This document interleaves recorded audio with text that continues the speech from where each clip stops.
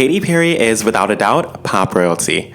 Releasing hits that redefine the meaning of shock factor and producing a plethora of self-love anthems, Katy Perry has done a wonderful job at breathing life and ushering in a sense of excitement to the pop music realm.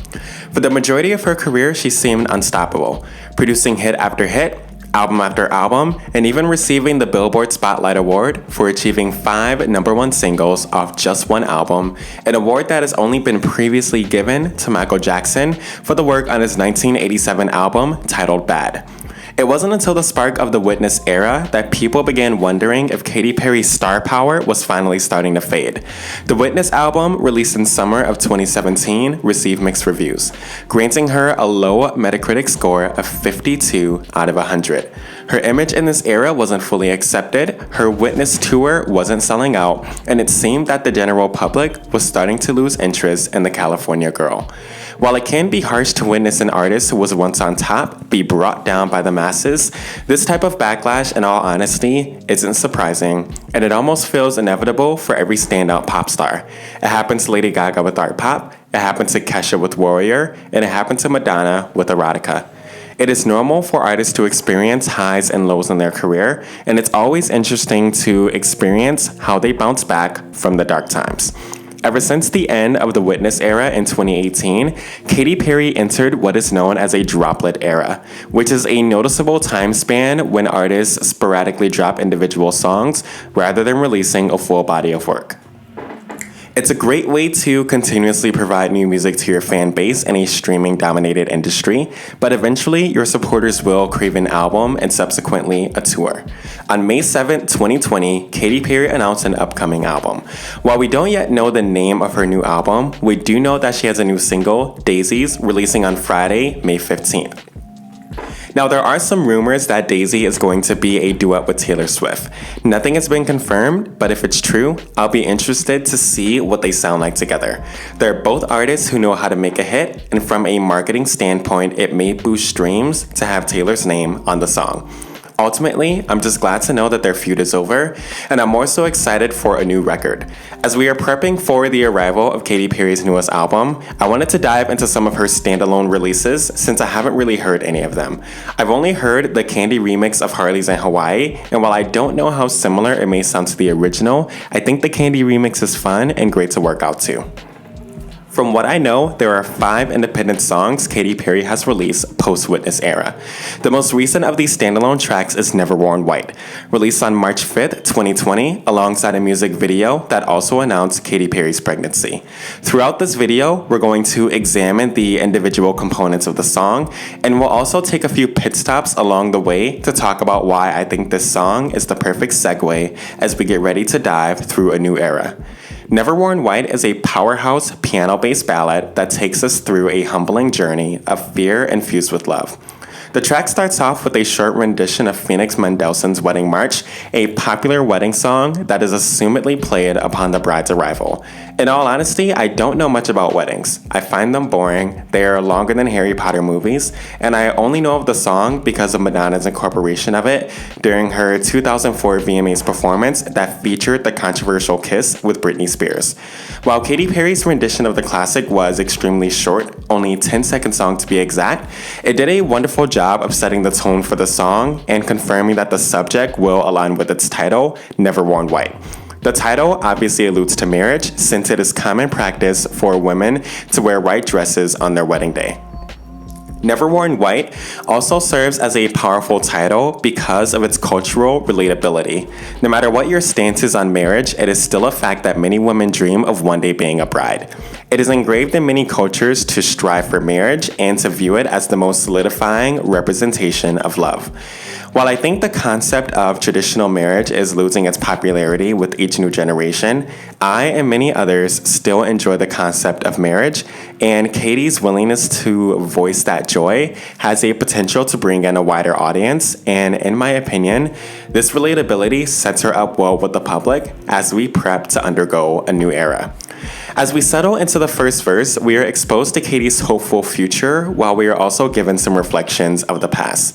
Looking back on how damaged she was at the beginning of it all and describing the vital role her partner played in helping her tap into a deeper love, Katy proves how true love doesn't need picture-perfect criteria in order to develop. Some relationships come with more struggles than others, and it's up to the people involved to decide if the struggle is worth it. Following the first verse is what I view as the most compelling part of the song so far, the pre-chorus. The two pre-choruses in this song are powerful. Using the lines, "Thank God you were man enough to come answer my mama's prayers," in the first pre-chorus, and the lines, "Thank God I was woman enough to come answer your father's prayers," in the second pre-chorus, the journey for this song is now deepened to another level. It's no longer just a story of persistent love. It's a story that now embodies a part of our modern culture. It's a normal behavior for a person to seek the approval of their partner's parents. It's why the meeting of parents is such a significant stepping stone in relationships. On a more compelling note, it is also common that our parents pray we find true love and prosperity in our lives. And I love that Katy Perry takes the time to reference this component of our culture twice within the song, as it helps to deepen that sense of relatability I mentioned earlier. The next lines of the pre-chorus, along with the actual chorus, speak on Katy's fears and hopes. She sings, "You asked the question, I said yes, but I'm scared, 'cause I've never worn white, but I want to get it right." We can see that she's scared of getting her heart broken again, but she knows that she wants to find true love, which of course was her motivation for saying yes to her partner's proposal. With the second half of the chorus, she sings, "No, I've never worn white, but I'm standing here tonight because I really want to say I do." She's acknowledging that when it comes to love, she hasn't gotten it right yet. She doesn't know if she ever will, but she's willing to take the risk. I love the simplicity as well as the vulnerability of this chorus. It's another reason I think this song is a great setup for a new era.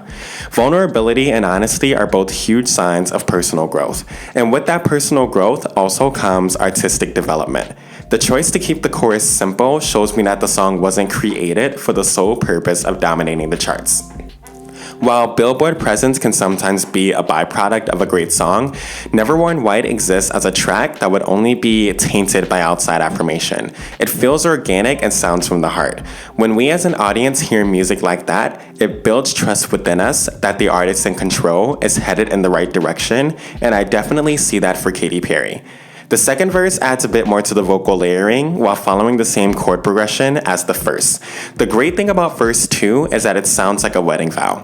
Lines about building a family tree and sticking it out for 60 years seem really heartfelt, and the "I do" she adds in between each lyric is a fine detail that gives me chills. Katy's always done a fantastic job providing imagery in her videos, but the descriptions she gives in this verse are a pleasant surprise, and it represents the development of her songwriting skills. The bridge of this song is simpler than everything else, but it actually changes my perception of the song. The bridge describes Katy and her partner dancing, finding forever, and enjoying life, and while it doesn't seem like much on the surface level, it is during the bridge that the components of the song start to piece together and they begin to feel almost like a timeline. The first verse feels like the start of the wedding day, where inner nerves reach their peak. You're scared to start a new life with someone, but through your reflections of the past, you remember how you got to where you currently are, and something about the moment feels right. As I've said before, the second verse sounds like wedding vows and now feels like the actual ceremony. You're professing your love to your partner, you're deeply committed, and you're excited for the future. The bridge feels like the recession. You're enjoying the fruits of the labor you and your partner have endured, and the last chorus is a final reiteration that despite your fear of heartbreak, you're ready for this new phase of love. There are so many things I can say about this wonderful song. It's peaceful, it's simple, it's intelligent, and it's humanizing. While I hope Katy Perry doesn't water her image down to satisfy the masses, I love that she used this song to put the personas away for a moment and just be a simple girl who wants to find love. If anything, it is for that reason I believe this is such a great song to segue into her lead single Daisies.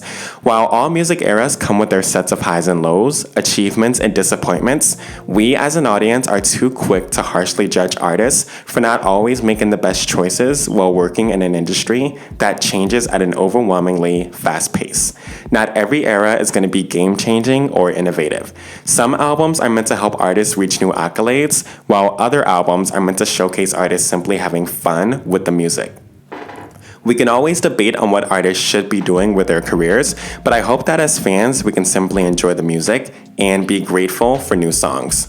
Never Worn White is a reminder that no matter what happens during this new era, Katy Perry is a human being like the rest of us, and she deserves positive vibes, acceptance, love, and support. Be sure to stream or purchase Daisies when it drops on May 15th, and to support my channel, be sure to subscribe and check out more content. Any music related topics you have for me, always let me know in the comments. Otherwise, thank you so much for watching. My name is Johnny K. Dixon, and I will talk music with you in the next video.